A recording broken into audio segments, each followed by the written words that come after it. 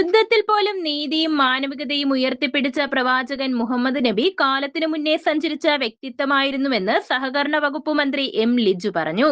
കായംകുളത്ത് ജമാഅത്ത് coordination committee സംഘടിപ്പിച്ച നബിദിന സമ്മേളനം ഉദ്ഘാടനം ചെയ്ത് സംസാരിക്കുകയായിരുന്നു അദ്ദേഹം. യുദ്ധവേളകളിൽ പോലും സ്ത്രീകളെയും വൃദ്ധരെയും കുട്ടികളെയും ഉപദ്രവിക്കരുതെന്ന പ്രവാചകന്റെ ആഹ്വാനം അക്കാലത്തെ മാനവിക നിലപാടുകളുടെ തെളിവാണ്. ലോകം അടുത്ത ദിവസം അവസാനിക്കുമെന്ന് ഉറപ്പായാലും ഇന്നൊരു വൃക്ഷത്തൈ നടണമെന്ന അദ്ദേഹത്തിന്റെ പ്രഖ്യാപനം പ്രകൃതിയോടും പരിസ്ഥിതിയോടുമുള്ള കരുതൽ വ്യക്തമാക്കുന്നു. സഹിഷ്ണുതയും നീതിബോധവും സമത്വവും പകർന്നു നൽകിയ പ്രവാചകന്റെ സന്ദേശങ്ങൾക്ക് ഇന്നത്തെ കാലത്ത് പ്രസക്തി ഏറെയാണെന്നും ലോകം നേരിടുന്ന പ്രതിസന്ധികൾക്ക് പരിഹാരമായി ഈ സന്ദേശങ്ങൾ ജീവിതത്തിൽ പകർത്തണമെന്നും മന്ത്രി കൂട്ടിച്ചേർത്തു. ജൂതന്റെ മൃതശരീരം കൊണ്ടുപോകുമ്പോൾ എഴുന്നേറ്റ് നിന്ന് നബി തിരുമേനിയോട് ജൂതന്റെ ശരീരമാണ് എന്ന് പറഞ്ഞപ്പോൾ അദ്ദേഹം പറഞ്ഞ മറുപടി മനുഷ്യനാണല്ലോ എന്നുള്ളതാണ് വ്യക്തമാക്കുന്ന സന്ദേശം. അപ്പോ വർണ്ണത്തോട് അദ്ദേഹത്തിന് വർണ്ണവിവേചനത്തോട് യോജിപ്പില്ല, വംശീയ വിവേചനത്തിനോട് യോജിക്കാൻ സാധിക്കുന്നില്ല. വിമർശനങ്ങളെ, അതായത് വിമർശനങ്ങളോട് നമുക്ക് പലപ്പോഴും നമുക്കുള്ള ഏറ്റവും പ്രധാനപ്പെട്ട ഒരു പ്രശ്നം വിമർശനങ്ങളോടുള്ള അസഹിഷ്ണുതയാണ്. അത് രാഷ്ട്രീയ നേതൃത്വമാണെങ്കിലും ഏത് തരത്തിലുള്ള നേതൃത്വമാണ് എന്നുണ്ടെങ്കിലും വിമർശിക്കുന്നവരോട് ഇഷ്ടമില്ലായ്മ എന്നൊരു സുപ്രധാനമായ ഒരു ട്രൈറ്റാണ് പലരുടെയും.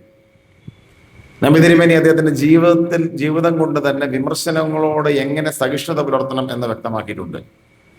അദ്ദേഹത്തെ തുടർച്ചയായി അസഭ്യം പറയുമായിരുന്ന ഒരു ജൂത വനിത, അവരെ സ്ഥിരമായി കാണാതിരുന്നപ്പോൾ അവരെ സ്ഥിരമായി വരും, അവർ അസഭ്യം പറഞ്ഞിട്ട് പോകും. അവരൊരു ദിവസം വരാതിരുന്നപ്പോൾ അവരെവിടെ എന്ന് അന്വേഷിച്ച് അവർക്ക് സുഖമില്ല അല്ലെങ്കിൽ അവർ അസുഖമായി കിടക്കുകയാണെന്ന് മനസ്സിലാക്കിക്കൊണ്ട് അവരെ അങ്ങോട്ട് പോയി സന്ദർശിച്ച് അവരുടെ സുഖവിവരങ്ങൾ അന്വേഷിക്കുന്ന ആ സന്ദർഭം അതൊരു മെസ്സേജാണ്, അതൊരു സന്ദേശമാണ്. നമുക്കിഷ്ടമുള്ളവരോട് മാത്രം, അല്ലെങ്കിൽ നമ്മളെക്കുറിച്ച് നല്ലത് പറയുന്നവരോട് മാത്രമല്ല നമ്മൾ നീതി പുലർത്തേണ്ടത്. നമ്മളെ വിമർശിക്കുന്നവരോട്, നമ്മളെ ചിലപ്പോൾ അകാരണമായിട്ടായിരിക്കും വിമർശിക്കുന്നത്, പക്ഷെ അകാരണമായി വിമർശിക്കുന്നവരോട് പോലും മനസ്സിൻ്റെ ഉള്ളിൽ സഹിഷ്ണുതയുടെയും കാരുണ്യത്തിൻ്റെയും അംശമുണ്ടാവുക എന്നത് ഏറ്റവും സുപ്രധാനമായ കാര്യമാണ്. യുദ്ധങ്ങളുടെ സമയത്ത് വൃദ്ധരെ, കുഞ്ഞുങ്ങളെ, സ്ത്രീകളെ ഇങ്ങോട്ട് ആക്രമിക്കുകയാണെങ്കിൽ മാത്രം അവരോട് ഹിംസ പ്രവർത്തിക്കുക അല്ലെങ്കിൽ അവരെ ചെറുക്കുക എന്നത് യുദ്ധത്തിന്റെ നിയമമാക്കിയതിന് അഭിതിരുവിനിയാണ്. അധിനിവേശങ്ങൾ നടക്കുന്ന ഭൂപ്രദേശങ്ങളിൽ വൃക്ഷങ്ങൾ വെട്ടരുത് എന്ന് പറഞ്ഞാൽ അത് നമ്മൾ ചിന്തിക്കേണ്ട ഒരു അർത്ഥതലം നമ്മൾ ചിന്തിച്ചു നോക്കണം. എത്രമാത്രം വിശാലമായ ഒരു കാഴ്ചപ്പാടാണെന്ന് ചിന്തിക്കണം. Coordination committee chairman K Naushad ചടങ്ങിൽ അധ്യക്ഷത വഹിച്ചു.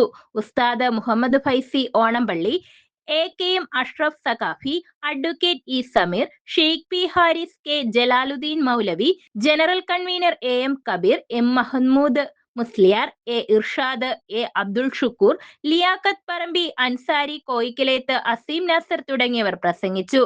തുടർന്ന് ഷഹീദാർ പള്ളിയിൽ നിന്ന് ആരംഭിച്ച വർണ്ണാഭമായ നബിദിന റാലിക്ക് മന്ത്രി എം ലിജു നേതൃത്വം നൽകി.